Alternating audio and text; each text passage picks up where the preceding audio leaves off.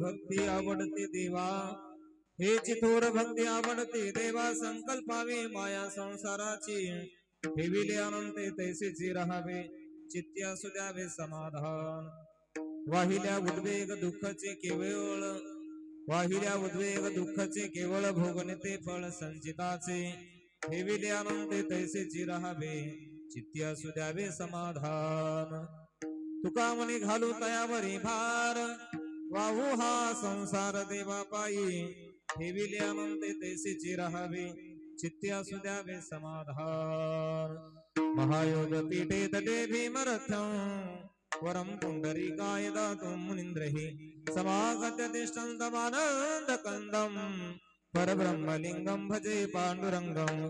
पांडुरंगाकर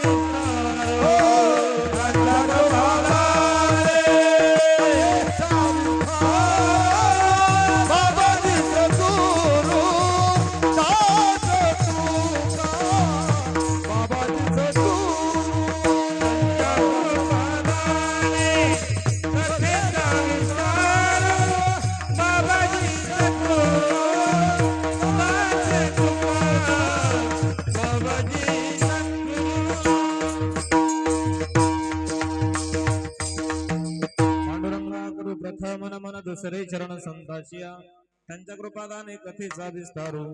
बाबाजी सद्गुरु दास तुका, अलंकापुरी रम्य सिंहासनस्थं, पदांभोज तेजस्फुरदि प्रदेशं, विधींद्रादि देवे सदा स्तूयमानं, समाधिस्थ मूर्तिं भजे ज्ञानदेवं.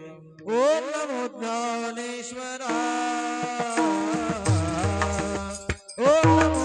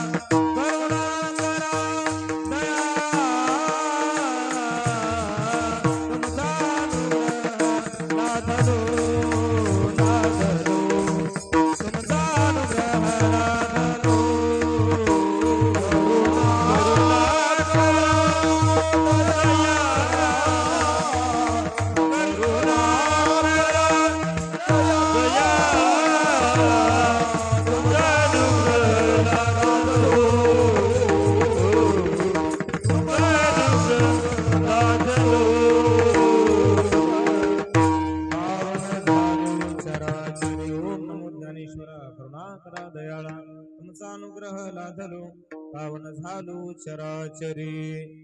ध्येयं सदा परिभवग्नमभीष्टदोहं, तीर्थास्पदं शिवविरिञ्चिनुतं शरण्यं, भृत्यार्थ्यं प्रणतपालभवाब्धिपूतं, वन्दे महापुरुषते चरणारविन्दं. वंशी विभूषितकरा नवनीरदाभा, वंशी विभूषितकरा नवनीरदाभा, पितांबरा तरुणबिंब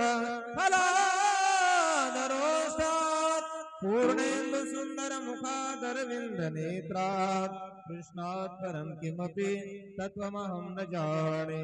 जयांचे केलिया स्मरण होय सकल विद्येचे अधिकरण. तेची बंधू श्री चरण श्री गुरूंचे ते नमस्कारून आता. हेची थोर भक्ती आवडती देवा, हेची थोर भक्ती आवडती देवा. संकल्पावे माया संसाराची, ठेविले अनंत तैसेची राहावे. चित्ती असू द्यावे समाधान. प्रस्तुत कीर्तन रूपे सेवे करता निवडलेला अभंग महान भागवत भक्त जगद्गुरु श्रीमंत श्री तुकोबारा यांचा 4 चरणाचा अभंग असून आजच्या अभंगाच्या द्वारा जगद्गुरु तुकोबाराय भक्तीचं स्वरूप सांगतात देवाला आवडणाऱ्या. विठ्ठल विठ्ठल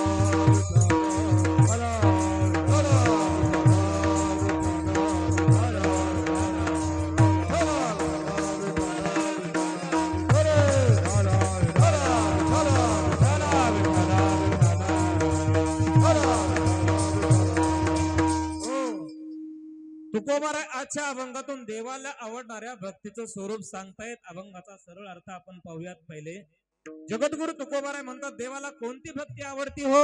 अरे हेची थोर भक्ती आवडते देवा. कोणती तर संकल्पावी माया संसाराची. संसारावरच प्रेम काढायचं आणि देवावरती लावायचं. खऱ्या अर्थानं ही भक्ती देवाला आवडते. आवडते ही भक्ती देवाला आवडते असं तुकाराम महाराज पहिल्या चरणामध्ये सांगतात. बर मग आम्ही संसारावरचं प्रेम काढायचं आणि मग संसारामध्ये कसं राहायचं तर तुकोबारा दुसऱ्या चरणामध्ये सांगतात ठेविले अनंते तैसेची राहावे आणि चित्ती असू द्यावे समाधान. समाधान चित्ताने राहा. भगवंताने जसं ठेवलं तसं राहा. एरवी तुम्ही संसाराचा विचार कराल तर संसार कसा आहे दुःख रूप आहे आणि म्हणून अशा संसाराचा विचार न करता तुम्ही ठेविले अनंत तैसेची राहावे. चित्ते असू द्यावे समाधान.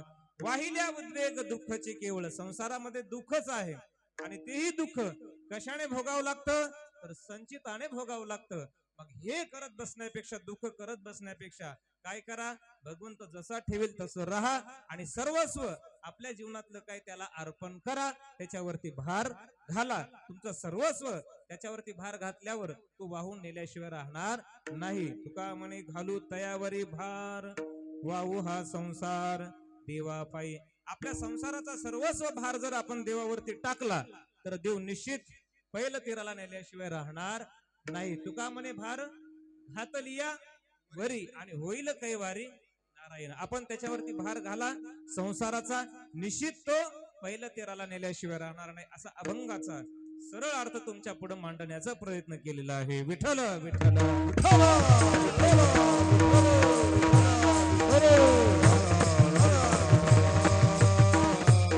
अभंगावर बोलण्यापूर्वी थोडासा परिहार द्यायचा तो म्हणजे असा गेल्या अनेक वर्षापासून आपल्या गावामध्ये चालू असलेला हा नाम सप्ताह आणि या वर्षीचा आजचा कार्यक्रमाचा पहिला दिवस आणि पहिल्या दिवसाची कीर्तन रूपी सेवा तुम्हा सर्व ग्रामस्थ मंडळीच्या वतीनं आदरणीय हरिभक्त पारायण परमार्थ प्रेमी पंढरीनाथ महाराजांनी आजची सेवा तुम्हा सर्व श्रोते मायबापांच्या सर्व भजनी मंडळीच्या ज्या उद्धव महाराज सगळी त्यांची जेवढी भजनी मंडळी आहे तेवढ्यांच्या सर्वांच्या वतीनं पंढरीनाथ महाराजांनी फोन केला आणि आजची सेवा माझ्याकडे सुपूर्द केलेली आहे.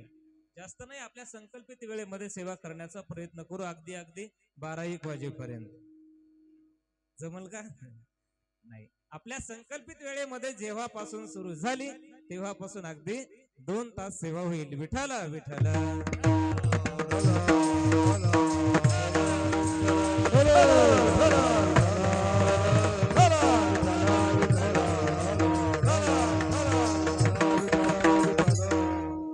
कीर्तन म्हटलं की नव्हे हा एकल्याचा खेळ आणि म्हणून मेळ मेळविला.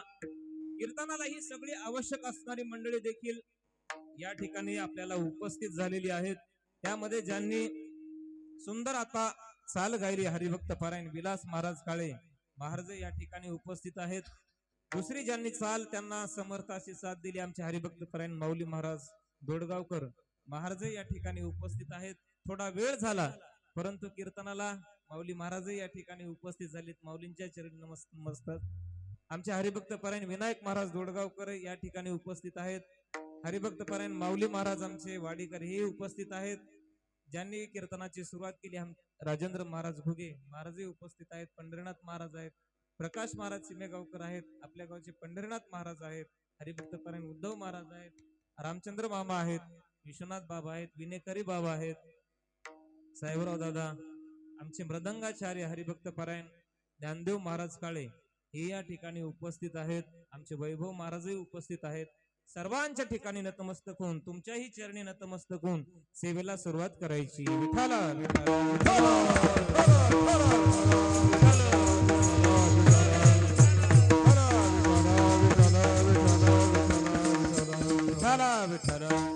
फक्त कीर्तनात ज्या ज्या वेळेला विठ्ठल विठ्ठल होईल त्या वेळेला तुम्हाला एक काम करायचंय. काय करायचंय? तोंडाने विठ्ठल विठ्ठल म्हणायचंय. का बरं? तर आजचा दिवसच आहे नामचिंतन करण्याचा, भक्ती करण्याचा दिवस. खऱ्या अर्थानं कुठला असेल तर आजचा कीर्तनाचा पहिला दिवस आहे. कीर्तनाच्या पहिल्या दिवशी भक्तीचं महत्व सांगितलं जातं, नामचिंतनाचं महत्व सांगितलं जातं. याचं कारण काय? तर 7 दिवस तुमच्याकडनं भक्ती घडावी, 7 दिवस तुमच्याकडनं नामचिंतन व्हावं, याकरता पहिल्या दिवशी नामपर भक्तीपर अभंग घेतला जातो. विठ्ठल विठ्ठल तसं काही लिखित नियम नाही, परंतु आपल्या वाड वडिलांनी म्हणजे संत महात्म्यांनी जी काही आपल्याला परंपरा घालून दिलेली आहे त्या परंपरेने आपण चालावं लागतं. इथं वडील जे जे करते तया नाम धर्म ठेविते, ये राचरते सामान्य सकळ. आपल्या संत महात्म्याने जी आपल्याला परंपरा घालून दिलेली आहे त्या परंपरेने आपण चाललं पाहिजे. आणि म्हणून भक्तीचं महत्व सांगणारा अभंग सेवेकरता निवडलेला आहे, जेणेकरून तुमच्याकडनं भक्ती घडावी, 7 दिवस नामचिंतन घडावं, याकरता पहिल्या दिवशी नामाचं महत्व भक्तीचं महत्व सांगितलं जातं. नाहीतर तुम्ही म्हणाल महाराज आज काल्याचा दिवस आहे आणि तुम्ही नामचिंतनाचा अभंग घेतला, आता काय उपयोग आहे हो सांगून. आणि म्हणून संत महात्म्यांनी बरोबर योजना केली, पहिल्याच दिवशी तुम्हाला नामाचं महत्व सांगण्याकरता नामचिंतनाचा भक्तीचा अभंग कीर्तनाकरता असावा. कीर्तनाचे खऱ्या अर्थानं 2-3 दिवस पाहिजे झाले तर अत्यंत महत्वाचे असतात. कीर्तनकार ह्या 3 दिवसामध्ये बांधलेला असतो. कशाने? दोरीने नाही. मग पहिला दिवस असला तर नामचिंतन व्हावं, 7वा दिवस असला तर मागणीपर चिंतन व्हावं, आणि शेवटचा सांगतेचा दिवस असेल तर त्या दिवशी चरित्र ते उच्चारावे, केले देवे गोकुळी. 3 दिवसाच्या मध्यंतर विचार केला तर कीर्तनकाराला स्वातंत्र्य आहे, कुठलाही अभंग घेऊ शकतो. विठ्ठल विठ्ठल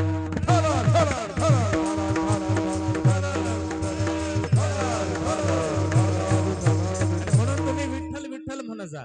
विठ्ठल विठ्ठल म्हणण्याचं एवढं महात्म्य, एवढं महत्व आहे. मी नेहमी कीर्तनामध्ये सांगत असतो, अहो विठ्ठल विठ्ठल जर म्हटलं तर मेलेली माणसं सुद्धा विनायक महाराज जिवंत झाल्याची उदाहरण तुकोबारांची कीर्तनातली आहेत. सांगू का?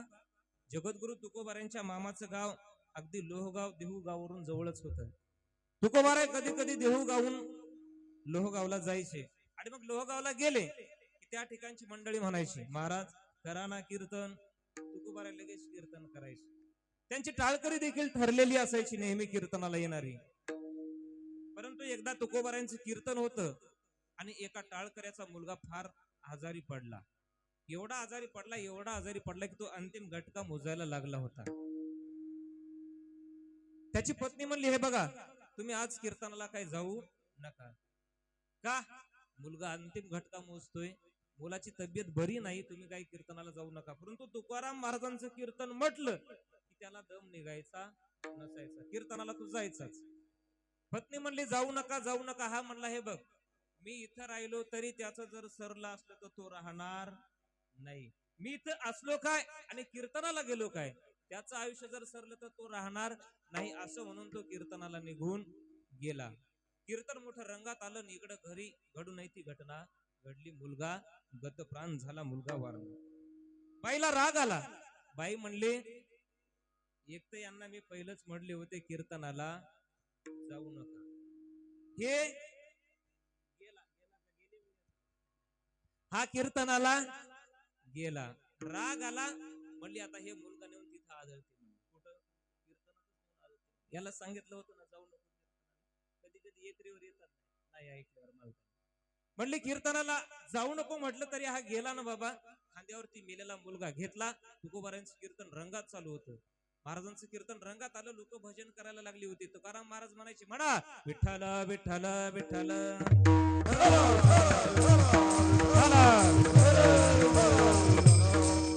भजन रंगात आलं. तेवढ्यात बाईने हा मुलगा नेला आणि भिंतीला नेऊन बसवला. लोक सगळे भजन करत होते, परंतु तुकाराम महाराजांचं त्या मुलाकडे लक्ष गेलं. मुलगा काही भजन करत नव्हता. आता मला सांगा, मुलगा भजन करेल का होतो? तो करण्याच्या अवस्थेमध्ये राहिला होता. कसा करेल? मुलगा भजन करण्याच्या लायकीमध्ये राहिलेला नव्हता. तर तो कसा होता? गेलेला होता ना. कीर्तनात जिवंत असलेले करा म्हणलं तरी करीनच, आणि हा तर शेवटी मेलेलाच होता. करेल का भजन? नाही. तुकाराम महाराजांनी अंतर्मुख होऊन विचार केला, हा काही भजन करण्याच्या याच्यामध्ये राहिलेला नाही. तुकाराम महाराज पुन्हा पुन्हा त्याच्याकडे बघून म्हणायचे, कर भजन, करा भजन, करा भजन. तो मुलगा काही भजन करत नव्हता. आणि मग तुकाराम महाराजांनी अट्टहासाने म्हणलं, ए बाबा कर भजन. असं म्हटल्याबरोबर मेलेला मुलगा सुद्धा भजन करायला लागला. हे कीर्तनात केलेल्या नामचिंतनाचं महत्व आहे. विठ्ठल विठ्ठल.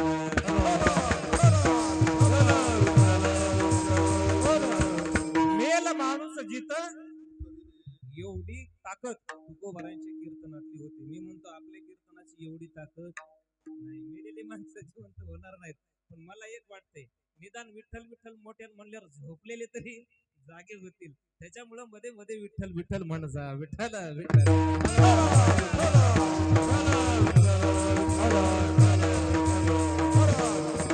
हो, जगद्गुरु तुकोबाराय आजच्या अभंगातून भक्ती कोणती देवाला आवडती? तर संकल्पावी माया संसाराची. आपल्या संसारावरची माया काढायची आणि देवावरती लावायची. खऱ्या अर्थानं ही देवाला आवडणारी भक्ती तुकोबाराय सांगतायत. एक जण म्हणला, तुकाराम महाराजांना नेमकं एवढं सांगण्याची काय गरज होती की भक्ती करा, ही भक्ती देवाला आवडती, काय गरज होती? तुकोबाराय म्हणले, अरे बाबा, ती भक्ती सांगण्याकरताच हे जग आडरानाने धावतय ना. ह्या लोकांना सन्मार्गाला लावण्याकरताच आम्ही या ठिकाणी भूत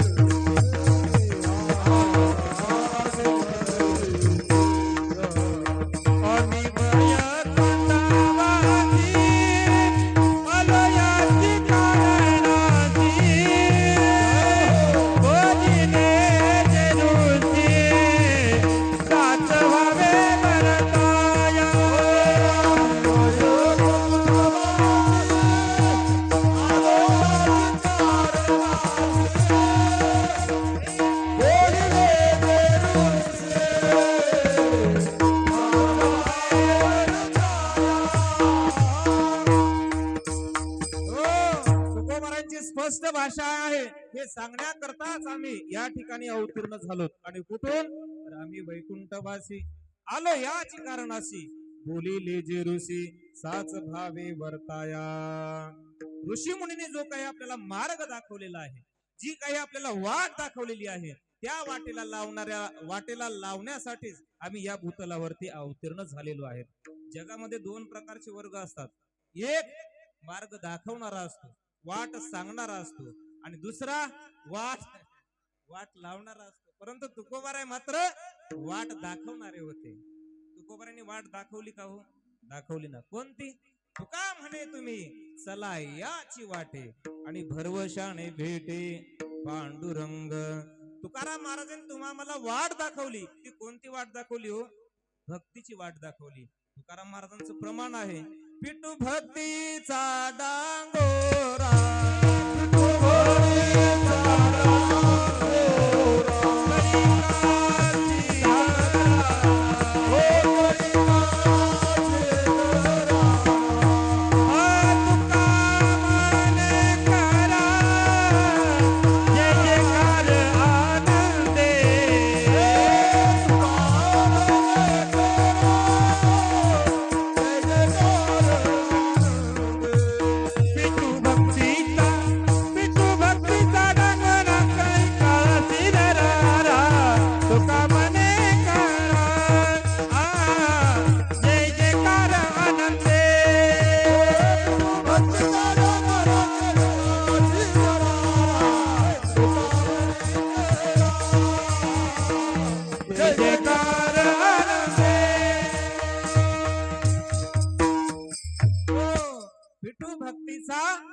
डांगोरा. भक्तीचा डांगोरा आम्ही पिटवला का हो? दुसरा मार्ग तुम्हाला सांगता आला नसता का? तुकोबाराय म्हणले सांगता आला असता, परंतु कलीवर मात करेल असा दुसरा मार्ग कुठलाही प्रभावी नाही. भक्ती मार्ग एकच असा आहे की कलीवर तो मात करू शकतो. अन्य मार्ग, अन्य वाटा मात्र कलीवर मात करण्या इतक्या प्रभावी नाहीत. कलियुगाचा विचार केला तर बाकीची साधनं आहेत, परंतु ती कलियुगामध्ये क्षीण झालेली आहेत. कली न घडे साधन अवघ्या वाटा झाल्या क्षीण. कली न घडे साधन अवघ्या वाटा झाल्या क्षीण. कली न घडे साधन उचित विधी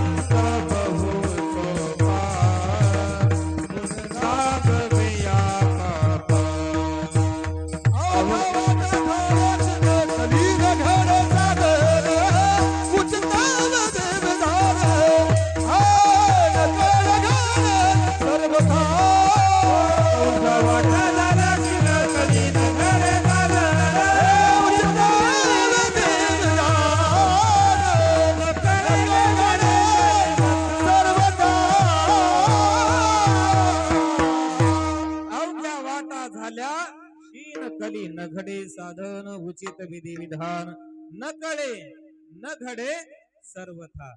दुसरे साधन या युगामध्ये चालणार नाही, तेवढे प्रभावी साधन नाहीत. साधन पुष्कळ आहेत. कालाचा विचार करा, श्रीमद भागवतामध्ये साधन भरपूर सांगितलेली आहेत. आदरणीय आपले कृष्ण भक्त महाराजांची कथा देखील आपण श्रवण करत आहात. महाराज या ठिकाणी कथेला आपलं भाग्य आहे, गावातलेच महाराज, आणि ते देखील आपल्याला कथामृत पान करत आहेत. महाराजांनाही धन्यवाद. श्रीमद भागवत कथेमध्ये सांगितलेलं आहे काय, त्या त्या युगामध्ये ती भक्ती जर केली तर देवाची प्राप्ती व्हायची. कृत्ये ध्यायतो विष्णू त्रेताम यजतो मखही द्वापारे परिचर्यायाम कलुत हरी कीर्तनात. संतांनी म्हणा किंवा शास्त्रांनी म्हणा अनेक मार्ग अनेक साधनं तुम्हा आम्हाला भगवत प्राप्ती करता सांगितलेली आहेत, परंतु सगळ्यांचा विचार करा, कलियुगात त्यांनी मात्र भक्तीच सांगितलेली आहे. विठ्ठल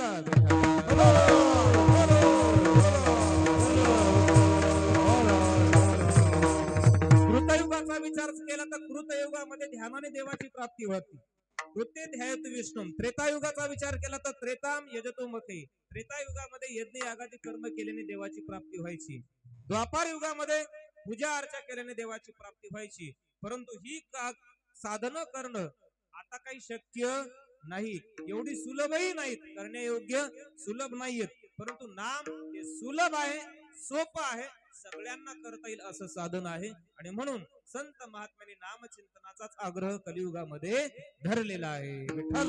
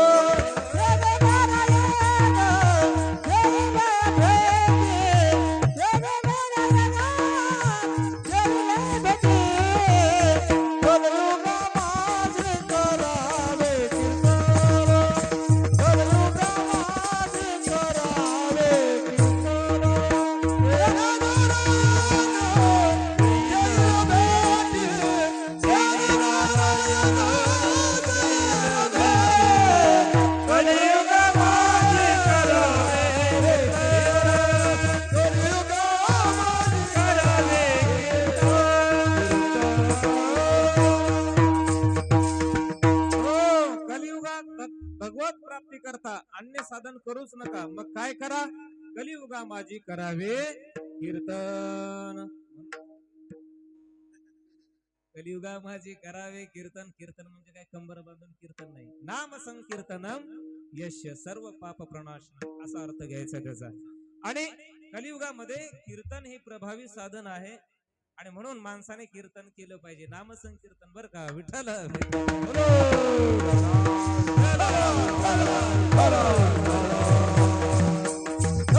मी तुम्हाला सांगून गेलो अन्य साधन पुष्कळ आहेत हो, परंतु ते करण्याकरता आपल्याकडे सामर्थ्य आहे का? योग करायचा झाला तर योग करणं काही एवढी सोपी गोष्ट आहे का? बर जरी करू लागलात तर योग करणं काही सोपं नाही. माऊली ज्ञानोबारांना विचारा, योगाची आवाटा जे रिगाले गा सुभटा तया दुःखाचा चिवाटा भागाला. किंवा हरिपाठामध्ये सुद्धा माऊली म्हणतात, योग याग विधी येणे नव्हे वयाची उपाधी दंभ धर्म. योग करणं काही सोपं नाही, पण नामचिंतन करणं भक्ती करणं सोपं आहे. योग करणं किती कठीण आहे. और योगा जर करायचा झाला तर सकाळी किती वाजता उठावं लागतं पाटील? सकाळी 5 वाजता 4 वाजता उठावं लागेल. सकाळी 8 आणि 10 वाजता उठल्यावर योगा होईल का? नाही. बर योग करत असताना युक्त आहारस्य विहारस्य, किती खावं किती प्यावं याचं सुद्धा नियमन करावं लागतं. का कचून खाऊन योगा करता येईल माणसाला? नाही करता येणार. युक्त आहार विहार नेम इंद्रियासी सार अनसावी मासर निद्रा भाषण युक्त आहार विहार युक्त आहार योग करायचा म्हटल्याच्या नंतर युक्त आहारस्य विहारस्य, किती खावं किती प्यावं याचं नियमन करावं लागतं. कचून खाऊन जमणार नाही. कचून खाऊन भजन करता येईल, भक्ती करता येईल, परंतु योग मात्र काय करता येत नाही विठ्ठल विठ्ठल.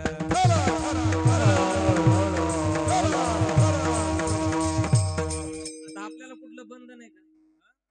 लोक नाना प्रकारचे पंचपक्वान्न करतात आमच्या महाराज लोकांसाठी.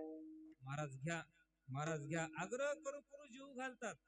कीर्तनात काही फरक पडतो का आपल्याला? कचून खायचं आणि दचून भजन करायचं. आपल्याला टेन्शन नाही, पण योग्याला मात्र तसं जमणार नाही. आमच्या भजनी मंडळाला महाराज चिंताच नाही. दचून खायचं दचून भजन करायचं. भजन केलं की पुन्हा गावकरी म्हणतात करायचे का पोहे, करायचे का भजन. तरी तयारी असते आमची. म्हणजे आम्हाला योग करणारा सारखं नियम नाही. भजन करण्याकरता, भक्ती करण्याकरता अडचणच नाही. वारीच्या वाटेला एक जण म्हणला, महाराज माझ्याकडे 10 वारकरी द्या, मला जीव घालायचे आमच्या दिंडीमध्ये. आमच्या दिंडीचे महाराज म्हणले, हे बघा 10 नाही, परंतु हे 5 घेऊन जा. तो म्हणला, नाही हो, मला 10 जीव घालायचे. आमचा दिंडी मालक मजेशीर होता. तो म्हणला, अहो हे 10 नाही, हे 5 न्या. हे 10ची बरोबरी केल्याशिवाय राहणार नाही. कारण ते सामान्य नव्हते. कसे होते? विलास महाराज सारखे होते. ते म्हणे 5च न्या, 10ची बरोबरी झाल्याशिवाय राहणार नाही. ते म्हणे संकल्प करतात म्हणे पूर्ण, तुम्ही न्यात खरे. श्रद्धा असते लोकांची. आवडीनं त्याने चांगलं मिष्टानाचं जेवण केलं. दह्याची कढी केली होती, जिलेबी आणली होती, हरियाणा जिलेबी आणली त्यानं कडक. चांगले पदार्थ केले होते. परंतु झालं असं की ते कढी वाढायचाच विसरला महाराज. आनंदाच्या भरामध्ये वारकरी आले, वारकरी आले, वारकरी आले आणि कढी वाढायचा विसरला. होतं ना कधी कधी आनंदाच्या भरामध्ये होतं. एखाद्या वेळेला नवीन जावई जावा सासरवाडीला, सासूबाईला एवढा आनंद होतो, एवढा आनंद होतो, काय काय वाढून काय काय नाही, काय काय वाढून असं. आणि मग कधी कधी एखादा पदार्थ वाढायचा सुद्धा विसरून जातो. असंच झालं. एकदा एक जावई सासरवाडीला गेले आणि नेमके मुगाचे भजे सासूबाईने केले होते आणि वाढायचे विसरले. जावई म्हणला, आता जावई ते भज्याचं टोपलं पाहत होता, परंतु सासूबाई वाढायचे विसरल्या होत्या. आता म्हणला बोलाव तर इज्जतीची पंचायत. मग त्यांनी एक युक्ती केली. काय युक्ती केली? ते म्हणला, आता ह्या आनंदाच्या भरात वाढायचे विसरल्यात, एक युक्ती करू म्हणला. आता तो म्हणला, सासूबाई मामी तुम्हाला काय सांगा म्हणला. म्हणजे काय? तुमच्या मुलीचं नशीब चांगलं म्हणला. म्हणजे झालं तरी काय जावई बापू? काय नाही म्हणला, चिंचोली फाट्याहून इकडं गावाकडे वळत असताना ते मध्ये लिंबाचं झाड नाही का? म्हणलं हो. त्या लिंबाच्या झाडापाशी, त्या लिंबापासून ते इकडच्या रोडच्या कडाला एवढा मोठा साप होता म्हणला, असा त्या लिंबाच्या झाडापासून. परंतु त्यांनी तिथं सांगताना एक युक्ती केली. तो म्हणला, त्या लिंबाच्या झाडापासून तर त्या भज्याच्या टोपल्यापर्यंत, माझ्या ताटापासून तर भज्याच्या टोपल्यापर्यंत एवढा मोठा साप होता म्हणला. सासूबाई म्हणल्या, भजे वाढायचे राहिले. अशी काही काही वेळेला आनंदाच्या भरामध्ये होतं. त्यांनी चांगली कढी केली होती, परंतु तो कढी वाढायची विसरला आणि वारकऱ्यांचं जेवण झालं. तो म्हणला, वारकरी बाबा जेवण झालं, परंतु तुमच्यासाठी मी दह्याची कढी केली होती, एक एक वाटी का होईना तुम्ही कढी घ्या. वारकरी फुल जेवले होते. ते कशाचे एकामेकात चर्चा करायला लागले. तू एकमेकाला म्हणत होते, काय म्हणतात रे ते म्हणले, काय नाही, एक एक दह्याची वाटी घ्या म्हणतायत. त्यांची चर्चा चालली होती. तो म्हणे, अरे बाबा काय सांगा, एवढं जेवलं, एवढं जेवलं म्हणला. तोंडात बोट जर घातलं तर बोटाला लागल, इतकं जेवलं म्हणला. बाबा आपला लाग नाही म्हणला कढी प्यायला त्याची. दुसऱ्याला विचारलं, तू घेणार का? तो म्हणला, तुझं तरी बोट घातलं तर तुला लागत असेल, माझं नुसतं आहा केलं तरी दिसायला लागलं म्हणला. आपल्या याच्यानं घेणं होईना म्हणला. परंतु बालक हुशार होता. तो म्हणला, तुम्ही जास्त काय खाल्लंय? म्हणले, जिलेबी खाल्ली. सोपी गोष्ट आहे म्हणला, एक एक वाटी घ्या, जिलेबीच्या पुंगळ्यामध्ये जाऊन बसेल म्हणला. खाली एक एक वाटी. आमच्या वारकऱ्यांना बंधन आहे का कुठलं? योग्यासारखं आम्हाला बंधन नाही. दचून खायचं, दचून भजन करायचं. विठ्ठल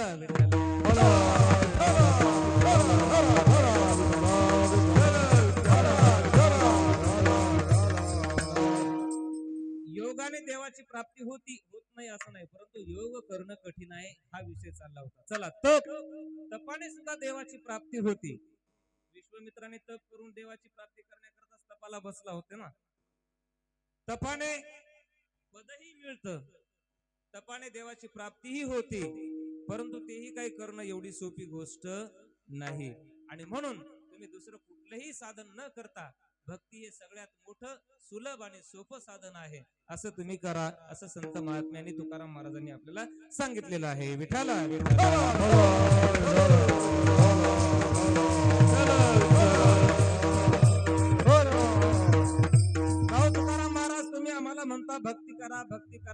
करा. परंतु ही भक्ती केल्याच्या नंतर तिचा उपयोग काय हो? कारण कुठलेही कार्य आपण करत असेल तर त्या कारणाच्या पाठीमागे काहीतरी उद्देश असतो. तुम्ही आम्हाला सांगताय भक्ती करा, भक्ती करा, भक्ती करा, परंतु ही भक्ती केल्याच्या नंतर त्या भक्तीचा आम्हाला फायदा काय आहे हो? तुकाराम महाराज म्हणले भक्ती जर केली ना तर परलोकात सुद्धा तुला कामाला येईल, एवढी श्रेष्ठ आहे भक्ती. आणि हरी भक्ती परलोकी कामा, करा हरी भक्ती परलोकी कामा.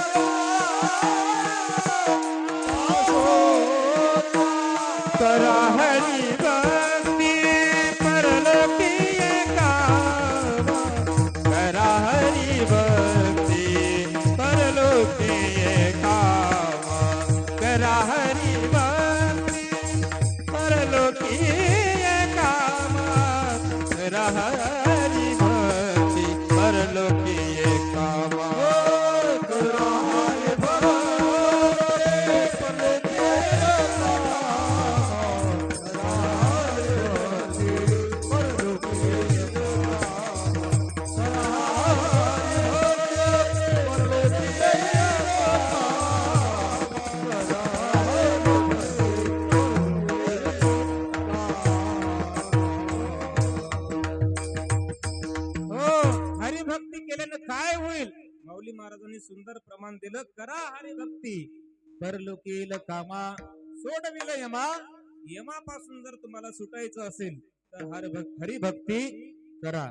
कारण यमापासून सुटण्याकरता दुसरं त्या ठिकाणी तुम्हाला काही चालणार नाही. तुम्ही म्हणाल महाराज आमच्याकडे भरपूर संपत्ती आहे, आमच्याकडे भरपूर पैसा आहे, तो त्या ठिकाणी कामाला येईल का हो? नाही. हे सगळं जागच्या जागी राहील, तुमच्या सोबत येईल ती फक्त भक्ती येईल, बाकी सगळं जागेवर राहणार आहे. बघत थे न चले काही,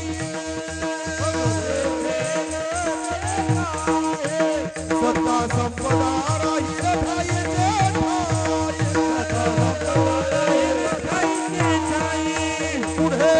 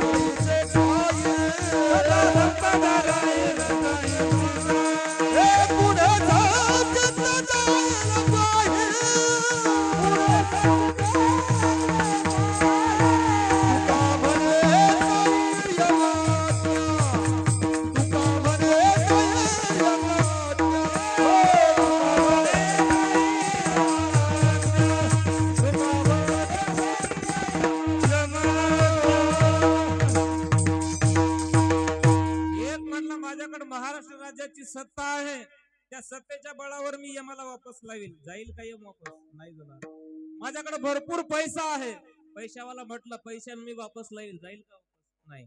इथं काही चालणार नाही. मग तेथे नचले काही, सत्ता संपदा राहील ठाईचे ठाई, पुढे संचित जाईल ग्वाही तुका म्हणे करी यम, तुका म्हणे तरी यम आज्ञा.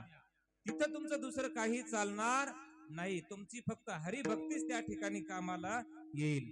मला सांगा, पैसा कमवला, अनेक लोकांनी पैसा कमवला, नेला का हो पैसा सोबत? नेता आला का कुणाला?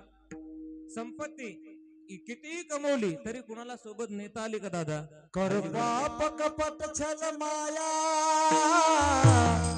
कर पाप कपट छल माया, धन लाख करोड माया, धन लाख करोड माया, संगे येईना एक आधेला रे सब चला चले का तेरा, दो दिन का जग में मेरा रे, दो दिन का जग में तेरा रे, सब चला चले का तेरा रे, सब चला चले का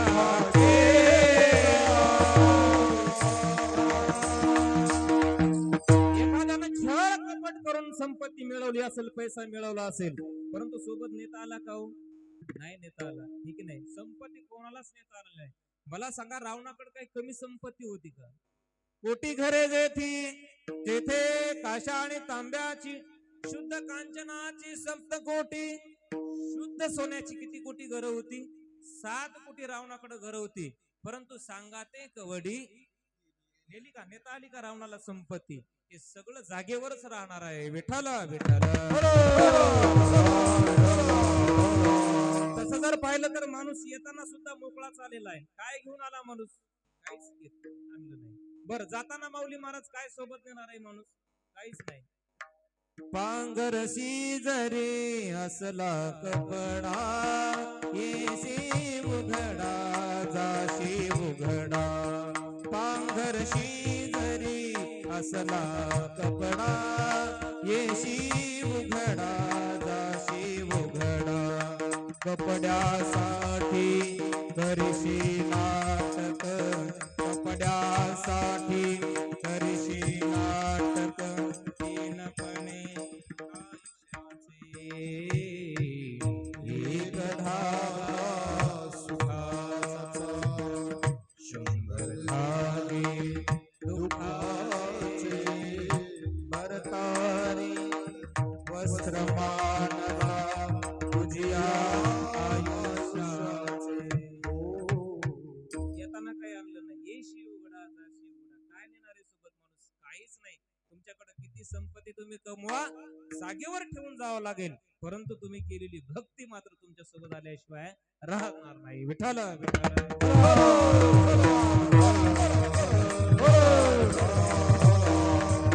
तुम्ही म्हणाल कशी? एका गावामध्ये एक मनुष्य वारला. वारल्याच्या नंतर त्याला नेण्याकरता यम आले. यम आल्याच्या नंतर यम एकटे येत नाहीत. मग यम लगेच चित्रगुप्ताला फोन करतात. हॅलो, गिरायक आलेला आहे, ते पाहण्याकरता चला, याला कुठं न्यायचंय ते सांगा. कोण सांगतो? चित्रगुप्त सांगत असतो याला कुठं न्यायचंय.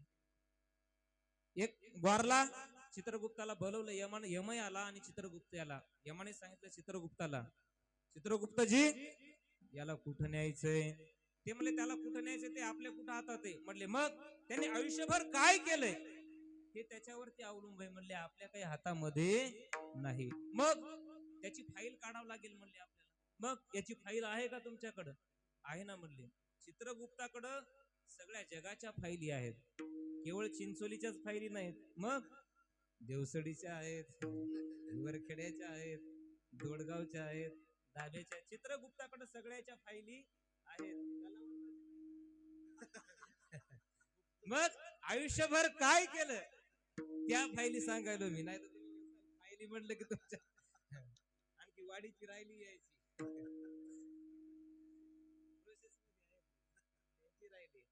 चित्रगुप्ताकडे सगळ्या जगाच्या फाईली असतात. चित्रगुप्ता सांगा ह्याला कुठं नेऊ?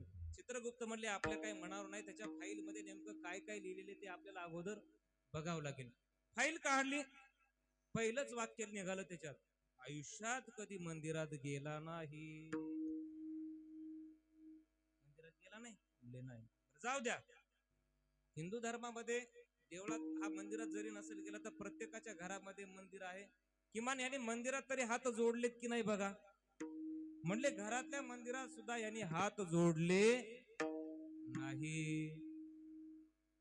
म्हटले जाऊ द्या. तिसरं वाक्य म्हटले जाऊ द्या, गावातल्या मंदिरात कधी दर्शनाला गेला नाही, देवघराला कधी यानं हात जोडले नाही. जाऊ द्या, घरामध्ये चालते बोलते देव दोन असतात. कोणते? आई आणि वडील. जगामध्ये त्यांच्यासारखं दैवत दुसरं कुठलं नाही. तुम्ही पांडुरंगाच्या पाया पडले काय आणि गरीब आई वडिलाच्या पाया पडले काय, सारखंच पुण्य तुम्हाला लाभतं. म्हणले कदाचित नसल पंढरपूरला गेला, नसल देवळात गेला, घरच्या मायबापाच्या तरी पाया पडला की नाही हा, तर आई वडिलाचं सुद्धा कधी त्यानं दर्शन घेतलं नाही. ज्यांनी आई वडिलाचं दर्शन घेतलं ना त्याला जीवनात कधीच कमी पडत नाही महाराज. देवापेक्षाही आई वडील ज्याला कळतं ना त्याच्यासाठी सांगतोय, देवापेक्षाही आई वडील श्रेष्ठ आहेत. विठ्ठल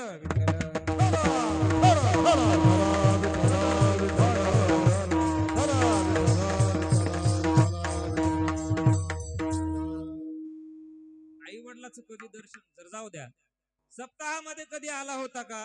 कधी नामचिंतन केलंय का? म्हणले अजिबात नाही. बर कधी पंगत घातलीये का? म्हणले नाही. कधी सामाजिक कार्यात सहभागी झालाय का? म्हणले नाही. सगळं नाही नाही नाही नाही नाही नाही नाही. म्हणले सामाजिक कार्यात सहभाग नव्हता. एखाद्या दीन दुबळ्याला कधी यांनी मदत केलीये का? म्हणले अजिबात नाही. सत्कर्म कधी केलंय का? म्हणले अजिबात नाही. मग म्हणले याची जागा, ते म्हणले याची जागा मग कुठे तुम्हाला माहित नाही. मग कुठे याची जागा? तुमच्या ताब्यात आहे म्हणले यमाच्याच. याला आमच्याकडं दुसरा पर्यायच नाही, कारण त्याचं कर्मच त्यानं असं केलं होतं आणि म्हणून त्याला कुठं पाठवलं? यमाकडे जावं लागलं. आणि मग यमाकडे पाठवल्याच्या नंतर त्या यमाला काही करुणा असते का? नाही त्या यमाशी करुणा. मग ते यमदूत काय करतात? मारिती तोडीती तोडीती निष्ठुर माझी तोडीती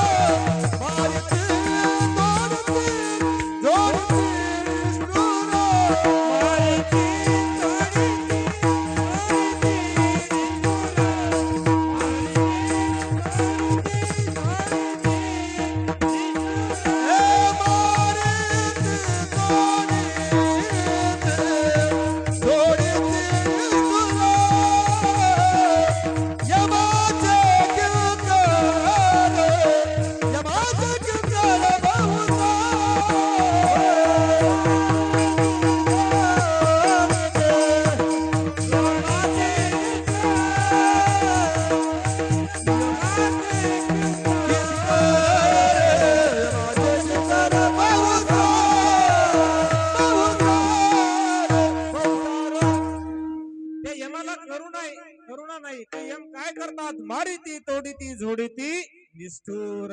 यमाचे किंकर 2 साल 1 साल मग किती साल? बहु साल. अनेक दिवस यम त्याची कस्टडी काढत असतात. आणि म्हणून तुम्ही जर परमार्थ केलेला असेल तरच तो तुमच्या कामाला येईल. परमार्थ जर नाही केला तर यम मात्र तुम्हाला नेल्याशिवाय राहणार नाही. विठ्ठल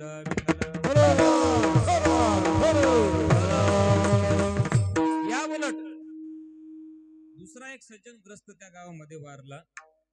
पुन्हा चित्रगुप्ताने यमाने चित्रगुप्ताला सांगितलं, चित्रगुप्ता हेही गिराईक गेले, याची फाईल आणा. याची फाईल आहे का? हो याची आहे. त्याची फाईल बघितल्या बरोबर त्याच्या फाईल मध्ये पहिलंच वाक्य निघालं, हा दररोज सकाळी 4 वाजता उठायचा, मग काकड्याला जायचा, देवाची पूजा करायचा, नामचिंतन करायचा, कीर्तनाला जायचा, अन्नदान करायचा, समाजामध्ये काही चांगलं कार्य असेल तर चांगल्या कार्यात सहभाग घ्यायचा, एखादी आडी अडचण असेल तर त्या आडी अडचणीला धावून गेल्याशिवाय राहत नव्हता. आणि मग मरताना सुद्धा याने यांच्या मुलांना सांगितलं, हे बघा, तुम्ही तुमच्या जीवनामध्ये चांगलं वागा, पारमार्थिक जीवन ठेवा, चांगल्या कीर्तीनं जगा, लोकांना मदत करा, आपल्याकडे जी करणं होती नाही त्या पद्धतीनं मदत करा. आणि असं म्हणून आयुष्य सरलं आणि तोही गेला. ज्या वेळेला यालाही नेण्याकरता यमदूत आले होते, चित्रगुप्ताला विचारले यमाने, यांचं काय? हो म्हणले, हा फार पुण्यवान माणूस आहे, यांनी आयुष्यात सगळी सत्कर्मच केलेली आहेत, चांगलंच काम यानं केलेलं आहे. यम गहेवरला. यमाला इतका आनंद झाला, यमदूत वाट पाहे नित्य काळ. यम म्हणे, अशी माणसं आमच्याकडे येत नाहीत, आमचा यम धर्म खऱ्या अर्थानं आज पावन झालेला आहे असं म्हणायला हरकत नाही. कारण आम्ही सगळे पापीच लोक जास्त नेतोय, यांच्यासारखी पुण्यवान लोक मात्र आमच्याकडे येत नाहीत. यम लोकांनी त्याची पाय धरले, तुमची निरंतरपणाने आम्ही वाट पाहत होतो. मला यातून एकच सांगायचंय, त्याला यमाने नाही नेलं, मग त्याला सांगितलं, विष्णुदूतांना सांगितलं, तुमचं हे गिराईक, ह्याला तुम्ही घेऊन जा, हे आमचं गिराईक नाही. म्हणजे काळाला वापस लावण्याचं सामर्थ्य, काळाला चुकवण्याचं सामर्थ्य फक्त हरिभक्ताकडे आहे. म्हणून हरिभक्ती केली पाहिजे. विठ्ठल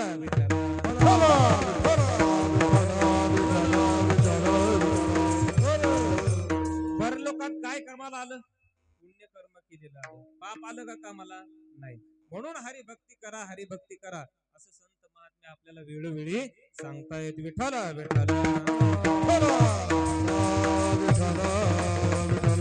ठीक आहे महाराज, ही भक्ती परलोकात कामाला केल्याच्या नंतर असं तुम्ही म्हणतायत, या लोकात काय फायदा आहे का नाही ते भक्ती केल्याचा? तुकाराम महाराज म्हणले आहे ना, तुम्ही ज्या सुखा समाधानाकरता रात्रंदिवस प्रयत्न करता, ही जर हरी कथा केली, ही जर भक्ती तुम्ही केली तर तुम्हाला निश्चित समाधान मिळाल्याशिवाय राहणार नाही. याही काळामध्ये सदा नाम घोष करू हरी कथा, सदा नाम घोष करू हरी कथा, सदा नाम घोष सदा नाम घोष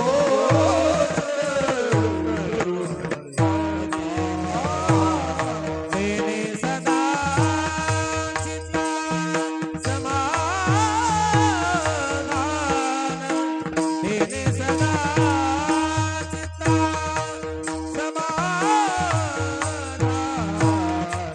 सर्व सुख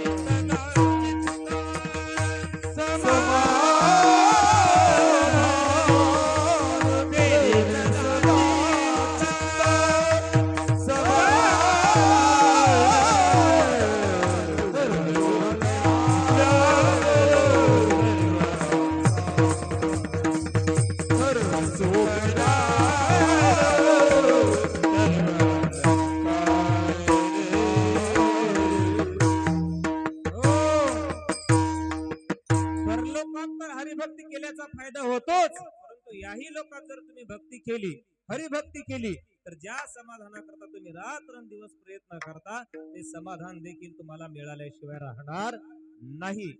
आम्ही कसं करतो त्या देवाचं चिंतन, कशी भक्ती करतो तर सदा करतो. आणि म्हणून आम्ही सदा कशी आहेत?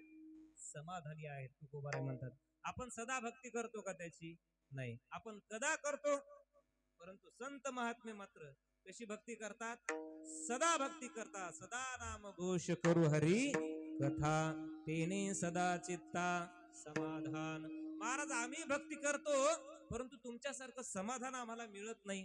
तुकोबाराय म्हणले, तुम्ही भक्ती करतायत, परंतु कदाचित एखाद्या वेळेला प्रयत्न करूनही यश मिळत नाही, त्यावेळेला प्रयत्न निश्चित तुमचे चुकलेले असावे. ज्या प्रमाणे तुम्ही प्रयत्न करायला पाहिजे किंवा ज्या ठिकाणी प्रयत्न करायला पाहिजे त्या ठिकाणी तुम्ही प्रयत्न करायला करत नसावेत असं तुकाराम महाराजांना वाटायला लागलं. विठ्ठल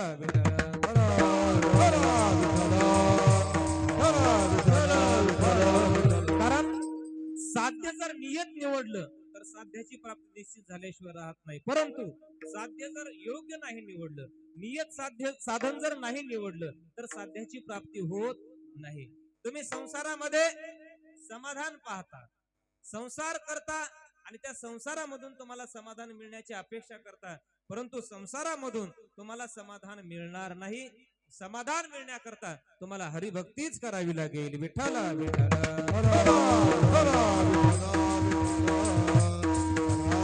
आम्ही करतोय ती भक्ती योग्य नाहीये का? तुम्ही भक्ती करताय, परंतु संसारावरच प्रेम काढून देवावर लावणारी भक्ती जर तुम्ही केली तर तीच भक्ती खऱ्या अर्थाने देवाला आवडते. अन्यथा दुसरी भक्ती तुम्ही जर अशी किती वर्ष करत राहिला तर ती भक्ती देवाला आवडणार नाही. मग भक्ती कशी करायची? देवाला आवडल असेल संसारामध्येच राहायचं, परंतु संसारावरचं प्रेम कुठं लावायचं? देवाकडे लावायचं. ही खऱ्या अर्थानं देवाला भक्ती आवडते असं तुकोबारे अभंगाच्या पहिल्या चरणामध्ये सांगतायत. हेची थोर भक्ती आवडते देवा, हेची थोर भक्ती आवडते देवा, हेची थोर भक्ती आवडते देवा, हेची थोर भक्ती आवडते देवा, हेची थोर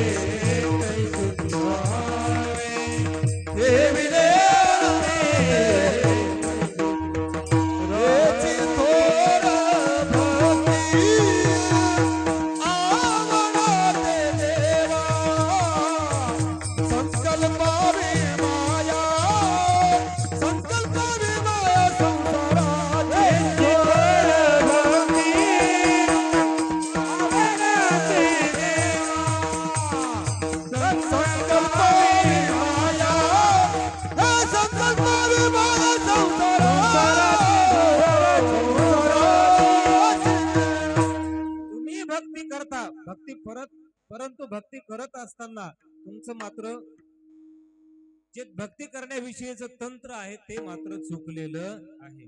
भक्ती कशी करा? तर संसार सोडाव का महाराज? संसार अजिबात सोडू नका, संसारामध्येच राहा आणि भक्ती करा. संत महात्म्यांचा विचार करा, कुठल्याही संतांनी संसार सोडून भक्ती केली का? नाही, संसारामध्येच राहून भक्ती त्यांनी केलेली आहे. आणि आपल्याला देखील ते सांगतात संसारामध्येच राहा, परंतु संसारावरची माया देवावरती ठेवा, देवावरती घाला आणि त्या पद्धतीनं भक्ती करा. ती भक्ती देवाला आवडते. उलट संसार करणाऱ्या संतांचा संसार देवाला आवडला, संसार सुद्धा देवाने केला. अनेक संतांची उदाहरणं आपल्याला पाहायचे झाले तर तो देव काहीच पाहत नाही. त्याची भक्ती करणारा जर चांगला असेल ना, उच नीच काही नेने भगवंत, तिष्ठे भावे भक्ती देखोनिया, तिष्ठे भावे भक्ती देखोनिया. काशी पुत्र कळल्या विदुराच्या भक्षी, दैत्या घरी रक्षी प्रल्हादासी. चर्म रंगू लागे रोहिदासा संगे, कबीराच्या मागे सेलेली. या लोकांचा संसार सुद्धा देवानी केला का? तर त्यांची भक्ती तशी होती. ते संसार सोडून भक्ती करत होते का? नाही, संसारात राहूनच भक्ती करत होते, परंतु देवाला आवडणारी भक्ती करत होते. भक्ती कशी करावी? संसारात राहूनच करा. नाथबाबा सांगतात, पक्षी अंगणी उतरती ते का गुंतून या राहते, तैसे असावे संसारी जोरी प्राचीनाची दोरी. संसारी असावे असुने नसावे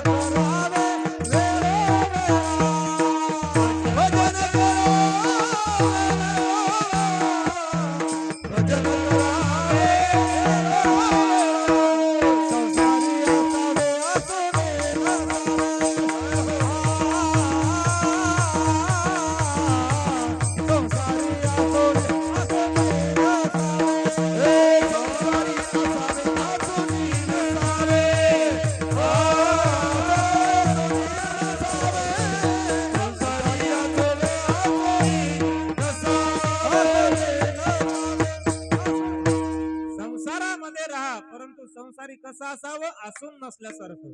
अनेक प्रमाण ह्या संबंधाने आपल्याला पाहता येतील. ज्ञानोबा म्हणतात, असूनही संसारी जिभे वेगू करी वेद शास्त्र बारी. संसार कुठल्याही संतांनी सोडायचा सांगितलेला नाही. उलट प्रपंची असोनी परमार्थ साधावा, प्रपंची असोनी परमार्थ साधावा.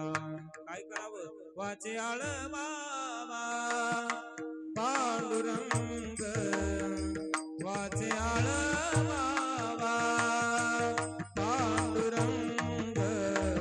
प्रपंची असोनी परमार्थ साधावा, प्रपंची असोनी परमार्थ साधावा. प्रपंचातच राहा आणि प्रपंचात राहूनच परमार्थ करा, भक्ती करा. विठ्ठल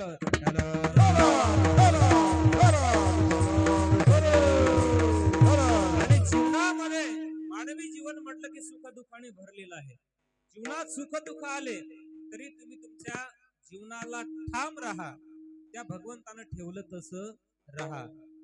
ठेविले अनंते कैसे जिरावे, त्या भगवंताने जसं संसारामध्ये ठेवलं तसं राहा. आणि चित्तामध्ये समाधान असू द्या, परंतु माणसाला चित्तामध्ये समाधान नाही. अगदी हाव सुटलेली संसारिक माणसाला. हे करू का, ते करू, ते करू का, हे करू.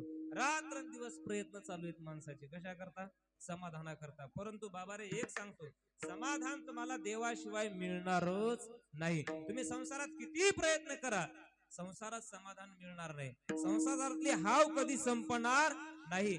जर तुम्हाला समाधान पाहिजे असेल तर आपुला तू एक देव करुणी गावा, आपुला तो एक देव करुणी गावा, आपुला तो एक देव करुणी गावा, आपुला तो एक देव करुणी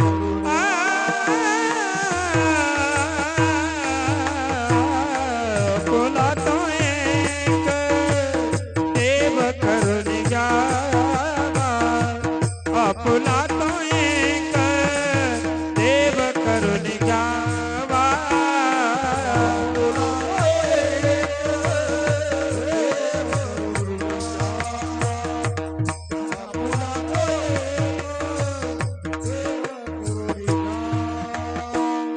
येणे विना जीवा सुख नोये येणे विना जीवा सुख नोये रती माई के दुःखची जनीती रती माई के दुःखाची जनीती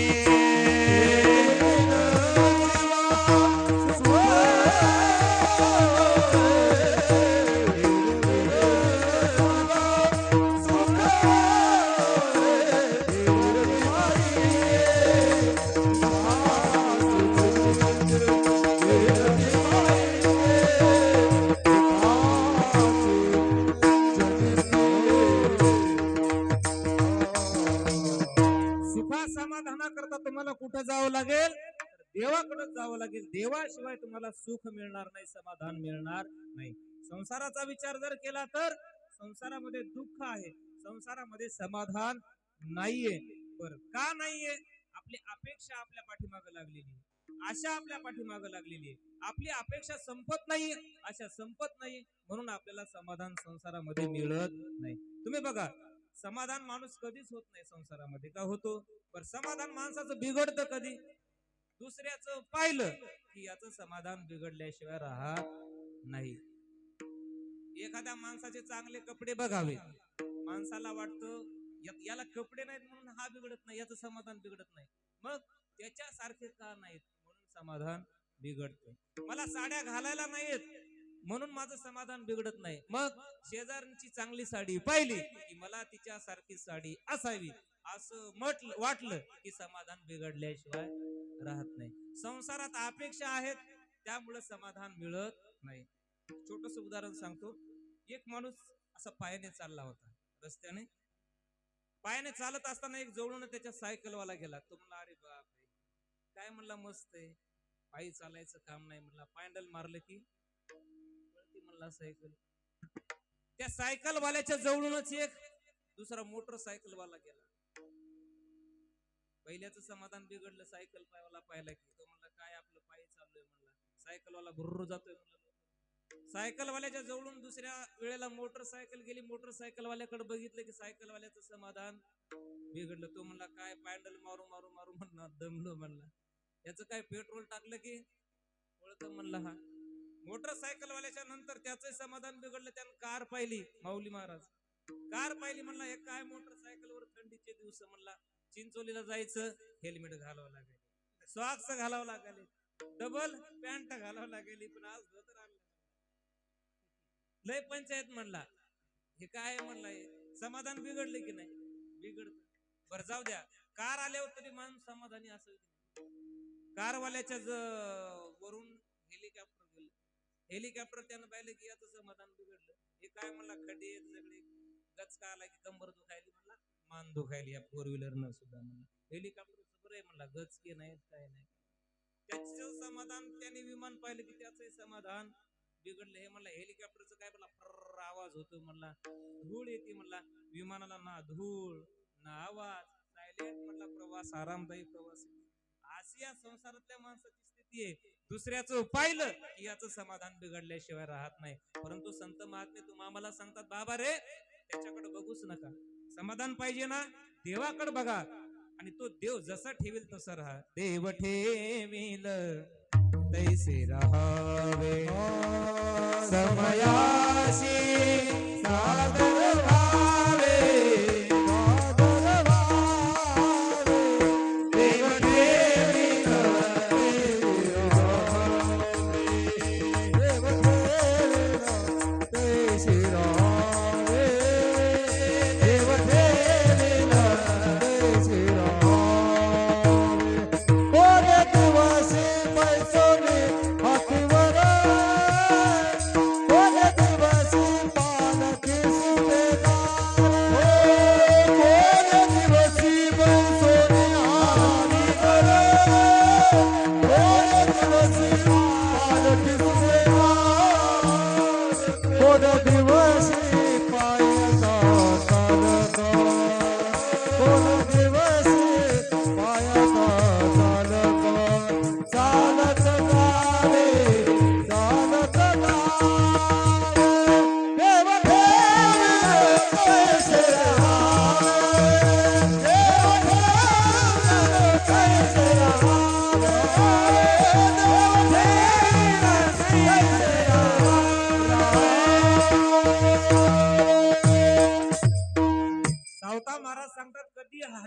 बसले तर हर्ष मानायचं नाही, आणि कधी काळी पायी चालण्याची वेळ आली तर दुःख मानायचं नाही. समयाशी सादर व्हावे, देव ठेविल तैसे राहावे. याच समन्वयाचा आपल्या प्रमाणे ठेविले अनंते तैसेचे राहावे. चित्ते असू द्यावे, समाधान चित्ताने राहा, आणि देवाला तुम्ही सगळं अर्पण करा. देवाकडे समाधान आहे. विठ्ठल विठ्ठल.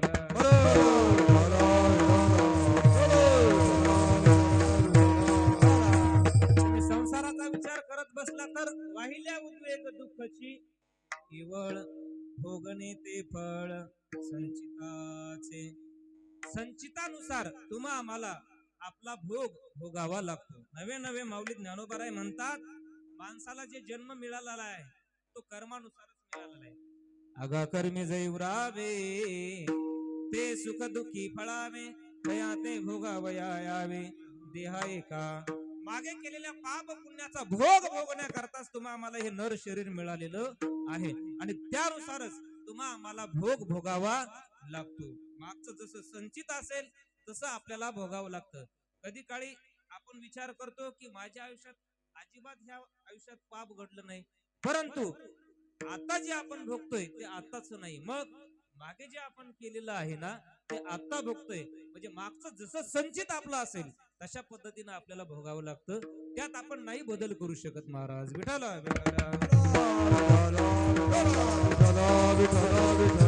भोग नेते फळ संचिताचे. जसं संचितामध्ये आपल्या असेल तसं आपल्याला भोगावं लागतं. भोग तो न घडे संचिता वाचून. संचित या शब्दाचा अर्थ कधी कधी प्रारब्ध घ्यायचा, कधी कधी आपण बोली भाषेमध्ये नशीब म्हणतो.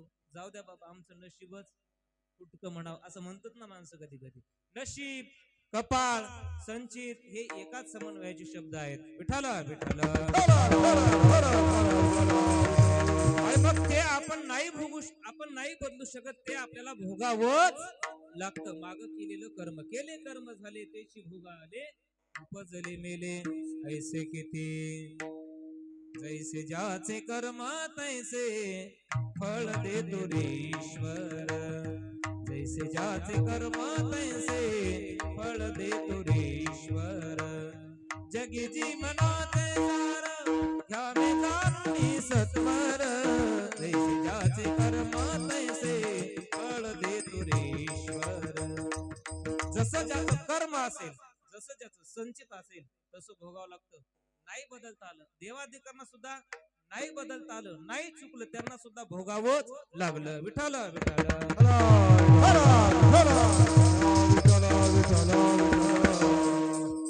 ज्ञानोबारांची ओवी, न मोडे काही केले, काळे गोरे पण धुतले, फिटून येणे. रावणासारख्याला सुद्धा नाही संचित बदलता आलं.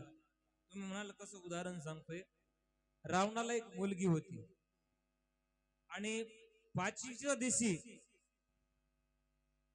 तिचा लेख लिहिण्याकरता सटवी आली होती. तुम्ही म्हणसाल रावणाला मुलगी होती हे सांगितलं, पण कोणत्या बायकोची होती ते नाही सांगितलं महाराज. आता त्याला काही एक बायको होती का? तिचं काय नाव माने? किती बायका होत्या त्याला? 80,000 बायका होत्या. कोणत्या बायकोची होती मला माहित नाही, पण एक मुलगी होती, आणि तिचा लेख कपाळावरचा लिहिण्याकरता सटवी आली होती. सटवी येते ना महिला मंडळांना माहिती. कधी येते सटवी? पाचवीच्या दिवशी येते ना. आणि म्हणूनच तुम्ही ते दिवा लावून ठेवता. तुम्हाला वाटतं अंधार जर पडला तर सटवीला लिहायचं दिसणार नाही, म्हणून दिवा लावून ठेवतात सटवीच्या रात्री. न विसम विजे ज्योती. त्या दिवशी ज्योत विजू देत नाहीत बाया. त्यांना वाटतं सटवी लिहिती ना लेख आयुष्याचा. आणि मग एकदा रावणाच्या घरी ती सटवी आली, ती लेख लिहायला गेली, त्यावेळेला रावणाला दिसली नाही, परंतु परतत असताना रावणानं पाहिली, दरवाजावर तिचा हात पकडला. म्हणले कोण आहेस तू? म्हणले मी सटवी. कशा करता आली होती? तुझ्या मुलीचा लेख लिहिण्याकरता आली होती. माझ्या मुलीचा लेख आयुष्याचा? हो. काय लिहिलंय माझ्या मुलीच्या आयुष्यात? म्हणले मला काय माहित नाही बाबा, मला काय माहित नाही. मग तू इथं कस काय आली होती? कुणाच्या आदेशाने आली होती? ब्रह्मदेवाने मला पाठवले. मी काय नाही, नुसती लेखणी धरते, लिहिण्याचं काम ब्रह्मदेव करत असतात. रावण थेट ब्रह्मदेवा बोला, माझ्या मुलीचा लेख लिहिलाय म्हणे तुम्ही? म्हणले हो. काय लेख लिहिलाय? काय होणार आहे माझ्या मुलीचं आयुष्यामध्ये? आता रावण म्हटला तुझ्या मुलीच्या आयुष्यामध्ये काय होणार नाही, जाऊ दे ना, कशाला. नाही नाही म्हणला, सांगा माझ्या मुलीचं काय भविष्य लिहिली ती सटवी आली होती. काय नाही म्हणला, तुझ्या मुलीचं लग्न तुझ्या दरबारामध्ये तुझा जो नौकर आहे ना, त्या नौकराबरोबर तुझ्या मुलीचं आहे. रावण म्हणला, ब्रह्मदेवा, राजा रावण म्हणतात मला, तुम्ही काय गांजा असं कसं काय बोलता? मी राजा आणि माझ्या मुलीचं लग्न नौकराबरोबर शक्य नाही म्हणला. ब्रह्मदेव म्हणले, बघ होत की. रावण घरी आला, महाराज रावणाला राग आला. म्हणला, ब्रह्मदेव माझ्या मुलीचं लग्न करायला निघालाय. मोठ्या माणसाच्या तळपायाची आग मस्तकाला जाते असं म्हटल्याच्या नंतर तो म्हणला, आता ह्या ब्रह्मदेवाचं सगळं खोटं करतो म्हणला. नौकराला सांगितलं, हे बघा, आपल्या आपल्या राज्यामध्ये ते नौकर मुलगा आहे ना म्हणला, दुसऱ्या नौकराला सांग, याला न्या म्हणला जंगलात आणि याला मारून टाक. मोठ्या लोकांच्या मनात काय केव्हा येईल काय सांगता येईल. त्याच्या विरोधात कधी बोलता येत नाही. मोठ्या माणसाच्या विरोधात काय बोलता होता, काय गुन्हा होता त्या पोराचा, त्याला मारून टाकायला तो काय म्हणला होता का रावणाला, मला तुझ्या मुली बरोबर लग्न करायचंय. परंतु या मोठ्या लोकांच्या मनात काय येईल काही सांगता येत नाही. बरं, त्याला प्रतिकार सुद्धा कोणी करू शकत नाही. रावणासारख्याच कोण करेल. माझा तरी काय लाग होता का, पण ते नाही येत म्हणून बोलायलो. रावणाच्या विरोधात कोण बोलल हो, बोलू शकत नाही. त्या मारेकऱ्याला दया आली, ते म्हणले काय गुन्हा आहे बाबा ह्या मुलाचा. या रावणाने मोठ्या लोकांच्या मनात आलं तसंच करतात ते. त्याला दया आली, जंगलामध्ये नेलं, एक प्राणी मारला, त्या याचे कपडे काढले या मुलाचे, त्या प्राण्याच्या रक्ताने भिजवले आणि ते कपडे घेऊन आले. त्या मुलाला सांगितलं, हे बघ, तुला आम्ही मारत नाही, परंतु पुन्हा तू ह्या राज्यामध्ये आला नाही पाहिजे. हे जे बेट आहे ना, या बेटावरून तू दुसऱ्या बेटावरती जा म्हटले, इथं राहू नको. तू जर कदाचित इथं राहिला तर आमची काही कळत नाही. ते कपडे आणले त्या मुलाचे, रावणाला दाखवले, मारला म्हणले मुलगा. परंतु झालं असं, हा मुलगा या बेटावरून त्या पलीकडच्या दुसऱ्या बेटावरती गेला. बेटही लांब होत, परंतु झालं होतं असं की त्या बेटावरचा एक राजा मरण पावला होता. आणि त्या ठिकाणी अशी पद्धत होती की राजगादीवर जर एखाद्याला बसवायचं तर हत्ती आणायचा, हत्तीच्या गळ्यामध्ये असा गुलाबाचा हार द्यायचा त्याच्या सोंडेमध्ये, आणि तो हत्ती ज्याच्या गळ्यामध्ये माळ घालेल तो राजा होणार. अशी पद्धत त्या पलीकडल्या बेटावरती होती. योगायोगानं कशाची गर्दी झाली म्हणून हे त्या बेटावर गेले होते. हे पोरग कहाची गर्दी झाली म्हणून असं वाकून पाहायला गेलं, नेमका हत्ती आला आणि ह्याच्या गळ्यामध्ये माळ टाकली. महाराज हा कोण झाला? राजा झाला तिकडल्या बेटावर. काही दिवसानं रावणाची मुलगी उपवर झाली होती, मोठी झाली होती. इकडे रावणाला कळालं की पलीकडच्या बेटावर एक राजा आहे आणि तो राजा इतका चांगला आहे, कर्तृत्ववान आहे, सगळी प्रजा त्याच्यावरती सुखी आहे, अनेक लोकांना त्यांनी सुखी केलेलं आहे आणि आपली मुलगी त्याला द्यायला काही हरकत नाही. स्वैरिक जमवणाऱ्यांनी निरोप दिला. महाराज राजा तयार झाले. मग राजा रावणाने निरोप दिला, ठरल्याप्रमाणे लग्नही ठरलं, मोठा मंडप दिला, सगळ्यांना बोलवलं आणि विशेष करून रावणानं ब्रह्मदेवाला सुद्धा बोलवलं होतं. कशा करता? ब्रह्मदेव म्हणला होता ना तुझ्या मुलीचं लग्न नौकरा बरोबर नाही, त्या ब्रह्मदेवाला दाखवायचं होतं कोणाबरोबर लग्न झाले. आणि मग सगळं लग्न महाराज थाटामाटामध्ये लग्न लागायला सुरुवात झाली. ब्राह्मण बुवा आले, सगळे पाहुणे रावणे आले. रावणानं असंख्य लोक बोलवले होते लग्नाला आणि लग्नाला सुरुवात झाली. स्वस्ती श्री गणनायक गजमुख मोरेश्वर सिद्धिदा बल्ला मुरुडा विनायक झोपलेली अक्षता घेऊन यायची, लग्न लागायचं. कारण आज पहिलाच दिवस आहे. महाराजांनी काय स्वयंवर आजच केलं का काय म्हणते. लग्न थाटामाटामध्ये लागलं आणि मग रावणाला ब्रह्मदेवाला विचारायचंच होतं. ओ ब्रह्मदेवा, रावण म्हणाला, काय म्हटले होते तुम्ही? म्हटले, काय म्हटलो तू? तुझ्या मुलीचं लग्न नौकरा बरोबर लागणार आहे. लागलं का? राजा बरोबर लावलं. कुणा बरोबर लागलं लग्न? ब्रह्मदेवा सांगा. ब्रह्मदेव म्हणले, नौकरा बरोबर. तुम्हाला नौकरा बरोबर कसं काय? सगळा इतिहास त्या मुलाला बोलवलं नवरदेवाला. कारण ब्रह्मदेवाला माहित होतं आता काय हे लग्न मोडून मुलीच्या कपाळाला काही बुक्का लावणार नाही, आता काही करू शकत नाही ना. सगळा इतिहास सांगितला, मी तोच आहे. मला यातून एकच सांगायचंय, जसं संचितामध्ये आहे, जसं प्रारब्धामध्ये आहे, ते काही केल्या बदलता येत नाही.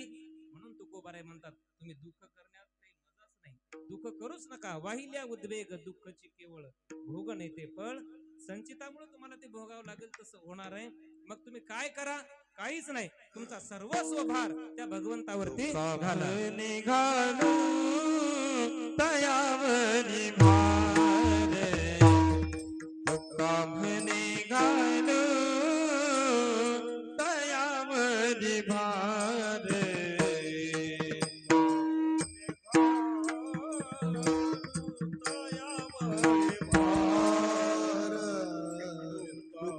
निघालो तयावरी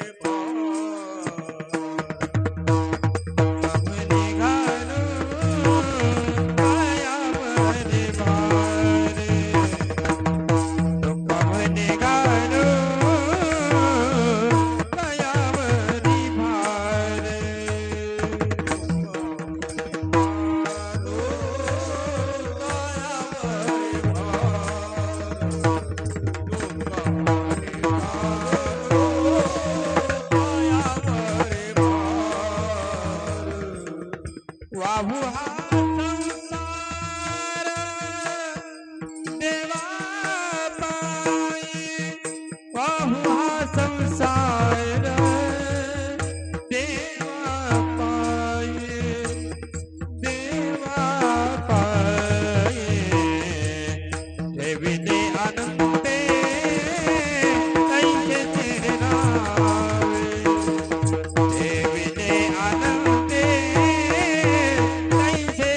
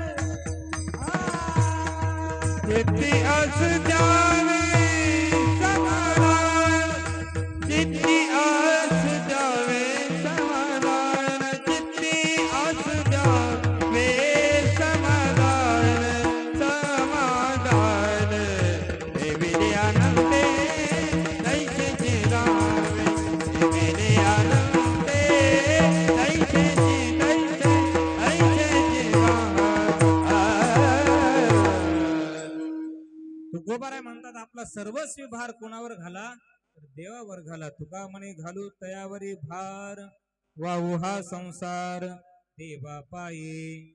सगळा संसार आपला कुणाला व्हायचा तर देवाला व्हायचा. संसार देवाला व्हायचा म्हणजे काय? शेगडी देवाला व्हायची, कुकर व्हायचं, फ्रीज व्हायचं, टीव्ही व्हायची का? संसार व्हायचा म्हणजे हे का? नाही. संसार व्हायचा म्हणजे देवाला म्हणायचं देवा हे सर्व काही जे आहे ना हे कुणाचं आहे? तुझं आहे बाबा, ह्याच्यात माझं काही नाही. याला म्हणायचं संसार देवाला वाहन. देवा शेती काय? तुझीच आहे. गाडी कुणाची आहे? देवा तुझीच आहे. माझं ह्याच्यात काही नाही. शेती तुझीच. कुणाची शेती? आपली शेती आहे का? शेती कुणाची आहे? देवाची. कुणाची आहे? देवाची. देता का पाचशे देवाच्या नावानं करून? परंतु असं म्हणायचं देवा ह्यात माझं काही नाही. हे कुणाचं आहे? हे सगळं काही तुझं आहे. ह्यालाच म्हणायचं वाहू हा संसार देवा पायी. नाही तर म्हणसाल हे देवा ही शेती तुझीच आहे, नुसते म्हण चाल. वाहू हा संसार देवा पायी म्हणजे सर्वस्वाने देवाला म्हणायचं देवा ह्यात माझं काही नाही, हे सगळं काही तुझं आहे. तुका म्हणे घालू तयावरी भार, वाहू हा संसार देवा पायी. ठेविले अनंत तैसेची राहावे, चित्ती असू द्यावे समाधान. यथामती यथावकाश जशी जमेल अशी माझ्या गुरुवर्यांच्या आशीर्वादानं सेवा करण्याचा योग तुम्हा सर्व ग्रामस्थ मंडळीच्या वतीनं आला. एकदा मोठ्या प्रेमानं सर्वांनी भजन करायचे. विठोबा रखुमाई, गोपाळ